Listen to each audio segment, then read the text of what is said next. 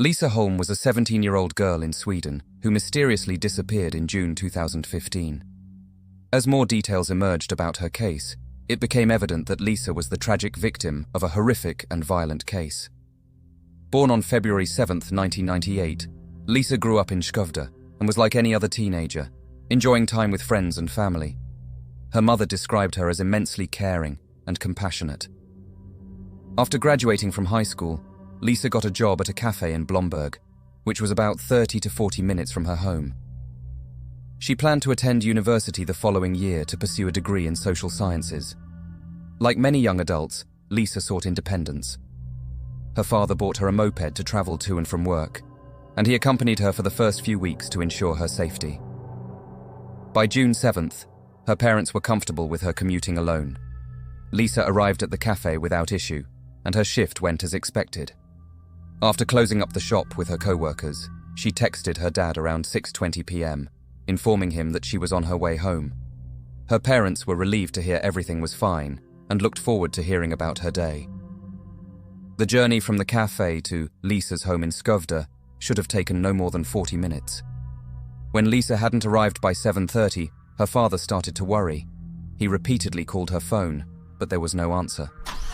Fearing the worst, he drove towards Blomberg, hoping to meet her along the way, but he didn't see her. When he reached the cafe, he found Lisa's moped, which brought a brief sense of relief. However, Lisa was nowhere to be found inside the cafe. The manager informed him that she had already left, raising alarm. The manager called the police while Lisa's father searched the area. He noticed the keys were still in the moped, leading him to suspect abduction. Despite days of searching by police and family, Lisa remained missing. They found some of her belongings, including her phone case, a receipt, a ticket, and a destroyed phone screen, along with a glove in a nearby barn. The barn had been searched previously, but the glove wasn't found until later. These items were confirmed to be Lisa's. On June 10th, more of Lisa's items were discovered, including earrings and her license, in the same barn. That day, authorities publicly released Lisa's name, having previously kept it a secret. Over 1,000 volunteers joined the search. One volunteer found human excrement in the barn, believed to be from Lisa's abductor. The search expanded, covering more ground. A group of volunteers was confronted by two suspicious individuals at a nearby farm who claimed to have already searched the area. Despite initial trust, police were informed, and upon investigation, found Lisa's jacket and helmet. Nearby, they discovered an old shed or trailer. Inside, a foul odor led investigators to a locker where Lisa's lifeless body was found, partially unclothed, with a rope around her neck and tape over her mouth. Foreign DNA was found on her and on items in the locker. The area, known as the Martorp estate, housed two Lithuanian brothers and one of their wives, who worked on the farm. Authorities arrested the trio, and one brother, Nerijus Bilevicius, matched the DNA found on Lisa. Born on March 3, 1980, he was in his mid-30s at the time of the crime. Returning to the barn, authorities discovered a room overlooking the cafe where Lisa worked, containing dried bodily fluids from Nerijus.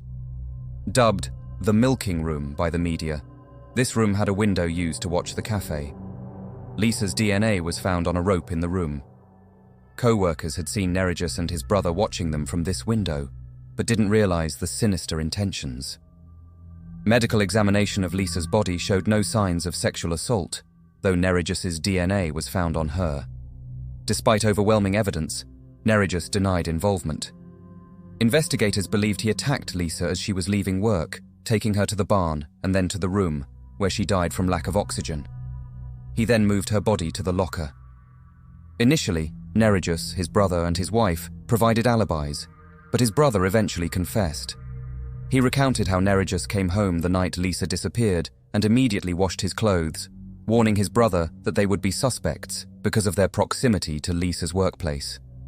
He didn't explicitly admit to killing Lisa. Nerijus went to trial in November 2015 and was sentenced to life in prison. Evidence from his computer suggested he was influenced by dark and sadistic content, possibly leading to his attack on Lisa. In a surprising twist, Nerijus's lawyers attempted to blame his brother, claiming he framed Nerijus, but this defense failed.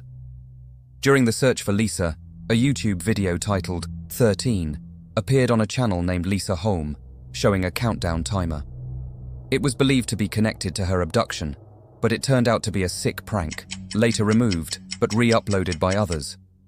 In 2016, Nerijus was imprisoned in Sweden, but transferred to Lithuania in 2017, where he won an appeal reducing his sentence to 15 years. This was later reversed, reinstating his life sentence. In 2022, Nerijus was killed by another inmate. Despite attempts to save him, he was dead on arrival at the hospital. He had faced constant harassment in prison, both in Sweden and Lithuania, with one incident involving boiling water being poured over him. And that is where it stands now. This was the tragic story of Lisa Holm. My condolences to the relatives. I cannot imagine their pain. This is the end of this video. Thanks for watching. Until next time.